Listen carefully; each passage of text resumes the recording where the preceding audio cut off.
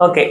So first module നമ്മൾ നോക്കുകയാണെങ്കിൽ നമുക്ക് ആ സിലബസിനെ ഒന്ന് എന്ത് ചെയ്യാം, ചെറുതായിട്ട് ഒന്ന് വിപുലീകരിച്ച് കാണാം. അങ്ങനെയാണെങ്കിൽ ഫസ്റ്റ് മോഡ്യൂളിൽ നമുക്ക് ആദ്യം മെന്റൽ ഡിസോർഡർ എന്താണ്, മെന്റൽ ഡിസോർഡർ എന്ന് പറഞ്ഞാൽ ആ കോൺസെപ്റ്റ് നമ്മൾ എങ്ങനെ മനസ്സിലാക്കണം, മെന്റൽ ഡിസോർഡർ ഡെഫിനിഷൻ എന്താണ്, mental disorder or abnormal behaviour or abnormality, mental illness, എന്ത് ടേം യൂസ് ചെയ്യാം, അതായിരിക്കും നമ്മൾ ആദ്യം നോക്കാം.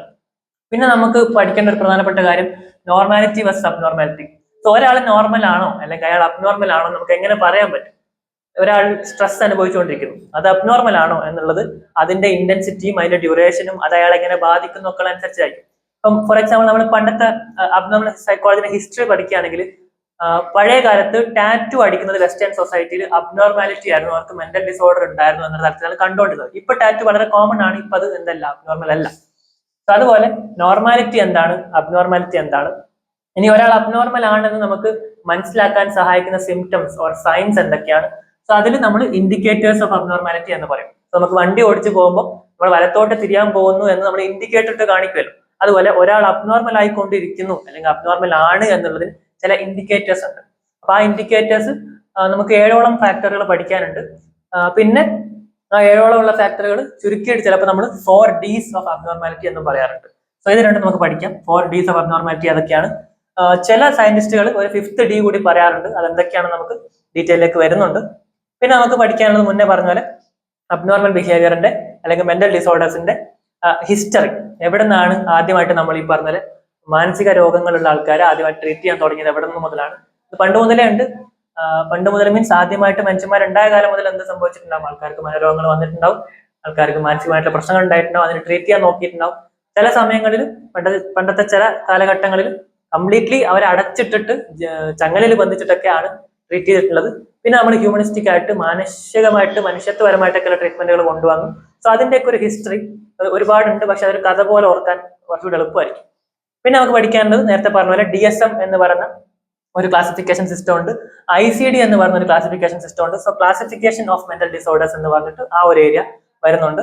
പിന്നെ again causal factors, so biological or genetical causal factors, psychosocial causal factors, socio cultural causal factors, ഇങ്ങനെ കുറച്ച് കോസൽ ഫാക്ടേഴ്സ് ആണ് നമുക്ക് പഠിക്കാനുള്ളത്. സോ അത് തന്നെയാണ് ക്വസ്റ്റ്യൻസിൽ എപ്പോഴും വരാറ്. So previous year question papers നമ്മൾ നോക്കുകയാണെങ്കിൽ കോസൽ ഫാക്ടേഴ്സ് 10 മാർക്കിന്റെ എസ്സേ ആയിട്ട് ചോദിച്ചിട്ടുണ്ട്, 5 മാർക്കിന്റെ ഷോർട്ട് എസ്സേ ആയിട്ട് ചോദിച്ചിട്ടുണ്ട്. പിന്നെ ഈ പറയുന്ന പോലെ ഹിസ്റ്ററി ഓഫ് അബ്നോർമൽ ബിഹേവിയർ ഒരു പ്രാവശ്യം ക്വസ്റ്റ്യൻ വന്നിട്ടുണ്ട്. അഗൈൻ ഇവിടെ വരുന്ന ചില ടേംസ് ചോദിച്ചിട്ടുണ്ട്. പിന്നെ ക്ലാസിഫിക്കേഷൻ, DSM ക്ലാസിഫിക്കേഷൻ അല്ലെങ്കിൽ ICD classification of mental disorders മുൻപ് ക്വസ്റ്റ്യൻ വന്നിട്ടുള്ള കാര്യമാണ്. സോ അഗൈൻ പിന്നെ 2 മാർക്കിന്റെ ക്വസ്റ്റ്യൻസ് നമുക്ക് എന്ത് ചെയ്യാം, ഒരു സെപ്പറേറ്റ് വീഡിയോ ആയിട്ട് 2 മാർക്ക് ക്വസ്റ്റ്യൻസിന്റെ ഒരു ആൻസർ കീ സെഷൻ പോലെ നമുക്ക് ചെയ്യാം.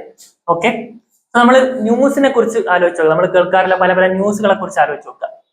സോ ഒരു ഡ്രഗ് ഓർ ആൽക്കഹോൾ പ്രോബ്ലം, ഇപ്പൊ നമ്മുടെ നാട്ടിൽ സ്ഥിരമായിട്ട് കേൾക്കുന്നതാണ് MDMA, മറ്റ് രാസലഹരികൾ, സിന്തറ്റിക് ആയിട്ടുള്ള ഡ്രഗ്സ് ഒക്കെ യൂസ് ചെയ്തിട്ട് പലരും, നമുക്ക് അറിയുന്ന ആൾക്കാർ, നമ്മൾ അറിയാത്ത ആൾക്കാരൊക്കെ പിടിക്കപ്പെടുന്നു, കയ്യിൽ MDMA ഒക്കെ ആയിട്ട് പിടിക്കപ്പെടുന്നു, ഇത്ര കിലോ മാജിക് മഷ്റൂം ഒക്കെ ആയിട്ട് പിടിക്കപ്പെടുന്നു, അങ്ങനെ ഒരുപാട് ന്യൂസുകൾ. അത് ഈ ഡ്രഗ് അഡിക്ഷൻ എന്ന് പറയുന്നത് ഒരു മെന്റൽ ഡിസോർഡർ ആണ് അല്ലെങ്കിൽ സൈക്കോളജിക്കൽ പ്രോബ്ലം ആണ്, നമ്മൾ അറിഞ്ഞിരിക്കേണ്ട കാര്യങ്ങളാണ്. സൂയിസൈഡ് അറ്റംപ്റ്റ്, ഡിപ്രഷൻ അല്ലെങ്കിൽ ഈറ്റിംഗ് ഡിസോർഡേഴ്സ്, അല്ലെങ്കിൽ schizophrenia, depression, phobia, panic attack, anxiety attacks, അതുപോലുള്ള പല പല കാര്യങ്ങളെ കുറിച്ച് ആലോചിച്ചത് നമ്മൾ ന്യൂസിൽ കേൾക്കുന്നതാണ്, നമ്മൾ ഇൻസ്റ്റാഗ്രാം വീഡിയോസിൽ അറിയുന്നുണ്ട്. അപ്പൊ അത്തരം കാര്യങ്ങളൊക്കെയും നമുക്ക് പഠിക്കാനുള്ളതാണ്. നമ്മൾ തെറാപ്പിസ്റ്റ് ആകുമ്പോൾ, സൈക്കോളജിസ്റ്റ് ആകുമ്പോൾ അത്തരം കേസുകൾ നമ്മുടെ അടുത്തേക്ക് വരും. സോ അതൊക്കെ മാനേജ് ചെയ്യാനും ട്രീറ്റ് ചെയ്യാനും അറിയുക എന്നുള്ളത്, അതിന് മാനേജ് ചെയ്യാൻ സഹായിക്കാൻ പറ്റുക എന്നുള്ളത് ഒക്കെ നമുക്ക് ഇത് വഴിയാണ്, ഈ പേപ്പർ വഴി നിന്നാണ് നമ്മൾ അതിന്റെ ബേസിക് ഫൗണ്ടേഷൻസ് ഉണ്ടാക്കിയെടുക്കുന്നത്. ഓക്കെ, അപ്പൊ നമുക്ക് തുടങ്ങാം. Okay, how do you understand the terms mental disorder and abnormal behaviour? ഒരാൾക്ക് മെന്റൽ ഡിസോർഡർ ഉണ്ട് അല്ലെങ്കിൽ അയാൾ കാണിക്കുന്നത് അബ്നോർമൽ ആയിട്ടുള്ള ഒരു ബിഹേവിയർ ആണെന്ന് എങ്ങനെ മനസ്സിലാക്കാൻ പറ്റും? ആലോചിച്ച് നോക്കുക, നിങ്ങൾ തന്നെ കണ്ടിട്ടുള്ള ആൾക്കാരെ കുറിച്ച്, ഇയാൾ മെന്റൽ ആണ് അല്ലെങ്കിൽ മെന്റൽ ഡിസോർഡർ ഒരാളാണ് അല്ലെങ്കിൽ മാനസിക രോഗിയാണ് എന്നൊക്കെ പറഞ്ഞിട്ട് നിങ്ങൾ കണ്ടിട്ടുള്ള ആൾക്കാരെ കുറിച്ച് ആലോചിച്ച് നോക്കുക, ന്യൂസിലൊക്കെ വന്നിട്ടുള്ള ആൾക്കാരെ കുറിച്ച് ആലോചിച്ച് നോക്കുക, അവരുടെ ബിഹേവിയർ എന്തായിരുന്നു, അവരുടെ തോട്ട്സ് എന്തായിരുന്നു, അവർ പറഞ്ഞ കാര്യങ്ങൾ എന്തൊക്കെയായിരുന്നു എന്ന് ആലോചിച്ച് നോക്കുക. അത് വെച്ച് നമുക്ക് എങ്ങനെ മെന്റൽ ഡിസോർഡർ അല്ലെങ്കിൽ അബ്നോർമൽ ബിഹേവിയറിനെ എങ്ങനെ ഡിഫൈൻ ചെയ്യാം, അതിനെങ്ങനെ കോൺസെപ്റ്റലൈസ് ചെയ്യാം എന്നുള്ളതാണ് നമ്മുടെ പ്രധാനപ്പെട്ട ക്വസ്റ്റ്യൻ. സോ മെന്റൽ ഡിസോർഡർ നമുക്ക് എന്ത് പറയാം? Mental disorders are conditions that affect your thoughts, emotions and behaviour. Psychology നമ്മൾ പഠിച്ചിട്ട്, നിങ്ങൾ ഫസ്റ്റ് ഇയർ പഠിച്ചിട്ടുണ്ട്. സൈക്കോളജി എന്താണ്? Scientific study of mind and behaviour ആണ്. സോ മൈൻഡിൽ വരുന്നതാണ് തോട്ട്സും ഇമോഷൻസും അതുപോലെ ബിഹേവിയർ. സോ ഒരാളുടെ തോട്ട്സ് നാച്ചുറൽ ആയിട്ട് പോകേണ്ട തോട്ട്സ് ഒരു അബ്നോർമൽ ലെവലിലേക്ക് പോകുന്നു, അല്ലെങ്കിൽ അയാളുടെ ഇമോഷൻസ് അയാൾക്ക് സ്ഥിരം മാനേജ് ചെയ്യാൻ പറ്റേണ്ട കാര്യമാണ് അയാളുടെ ഇമോഷൻസ് എന്ന് പറയുന്നത്. കൃത്യമായിട്ട് ഇമോഷണൽ റെഗുലേഷൻ ഉണ്ടാവണം, അത് കൃത്യമായിട്ട് നടക്കാതെ പോകുന്നു. അല്ലെങ്കിൽ സ്വാഭാവികമായിട്ടുള്ള പെരുമാറ്റത്തിൽ നിന്ന് മാറിയിട്ട് അയാൾ അസ്വാഭാവികമായിട്ട് പെരുമാറുന്നു. കൃത്യമായിട്ട് ഉള്ള പെരുമാറ്റങ്ങളിൽ നിന്ന് മാറിപ്പോയിട്ട് പലതരത്തിലുള്ള അബ്നോർമൽ ബിഹേവിയറുകൾ കാണിക്കുന്നു.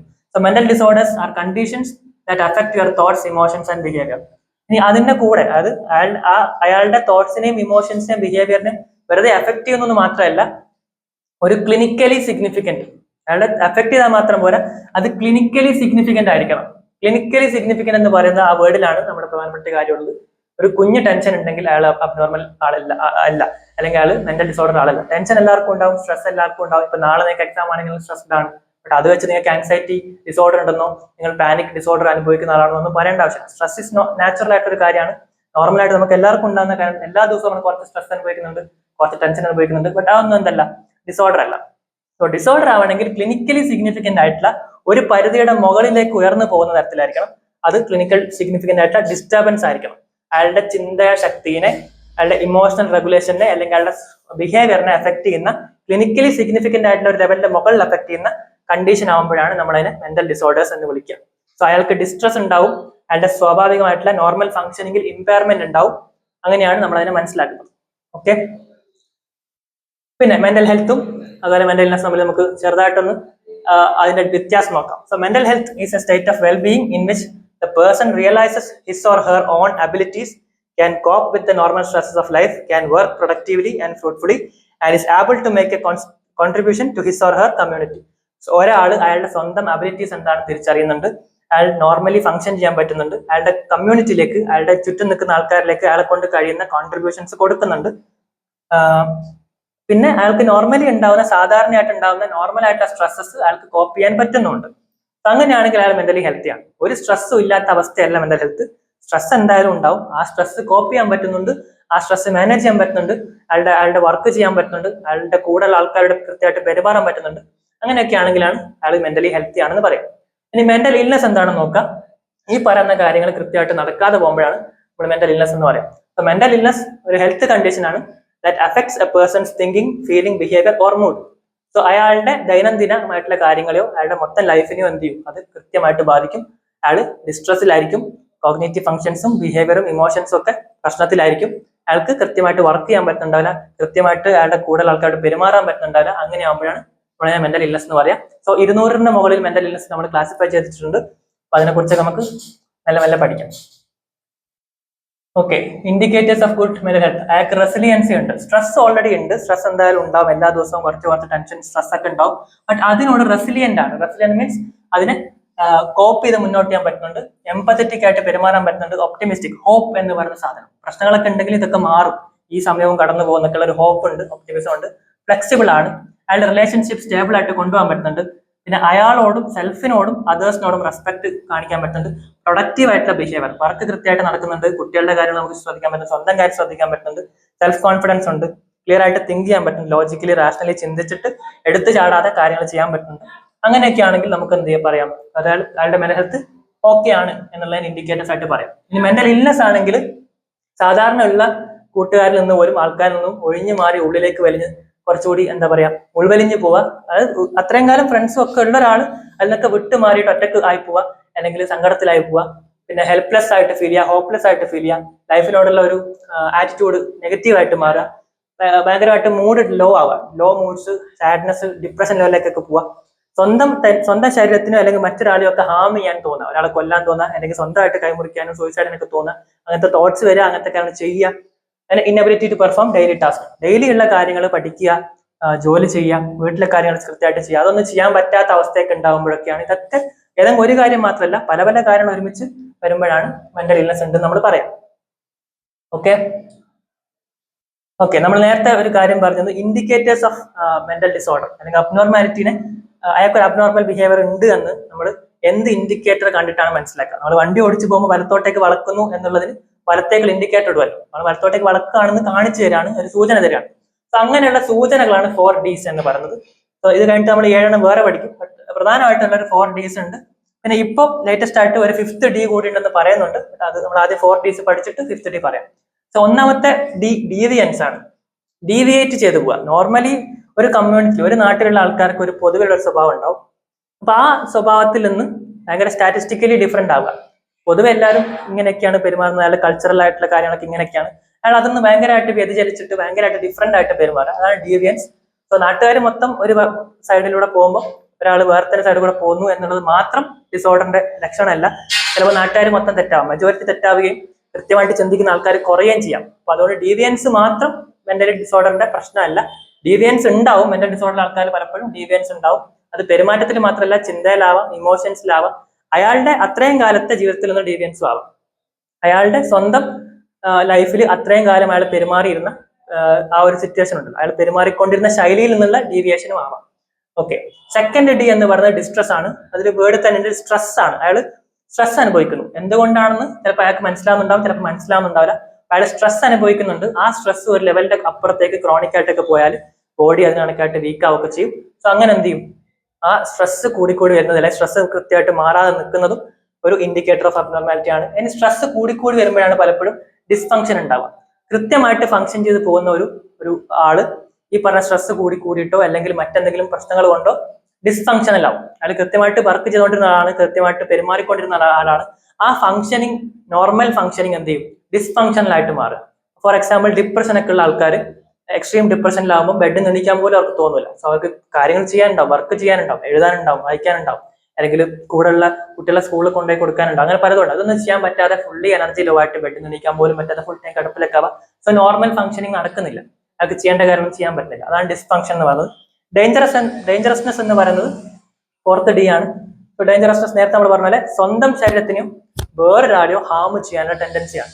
സോ ഒന്നെങ്കിൽ സ്വന്തമായിട്ട് ഹാം ചെയ്യാം, നമ്മുടെ സ്വന്തം ബോഡിയിൽ മുറിവേൽപ്പിക്കുക, കട്ട് ചെയ്യുക, ആത്മഹത്യ ചെയ്യാൻ നോക്കുക, അത്തരം കാര്യങ്ങൾ. അതല്ലെങ്കിൽ വേറെ ഒരാളെയോ അല്ലെങ്കിൽ ഒരു കൂട്ടം ആൾക്കാരെയോ ഹാം ചെയ്യാനോ കൊല്ലാനൊക്കെയുള്ള തോന്നലുകൾ വരിക.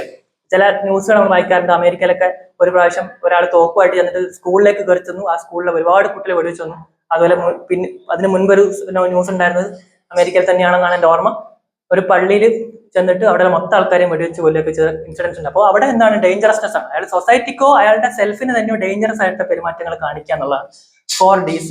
5th D എന്ന് പറയുന്നത് ഡ്യൂറേഷൻ ആണ്.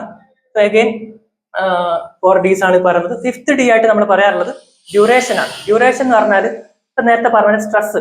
അപ്പോൾ എനിക്ക് ഇപ്പോൾ ഒരു സ്ട്രെസ് വന്നു, ഞാനിപ്പോൾ ഈ വീഡിയോ ഷൂട്ട് ചെയ്യാണ്. അപ്പൊ ഷൂട്ട് ചെയ്യുന്നതിന് മുൻപേ എനിക്ക് കുറച്ച് സ്ട്രെസ് തോന്നി, ഇത് ആദ്യമായിട്ട് ചെയ്യാണല്ലോ, അപ്പൊ ആദ്യമായിട്ട് ചെയ്യുമ്പോൾ മിസ്റ്റേക്സ് പറ്റുമോ എന്നൊക്കെ തോന്നും.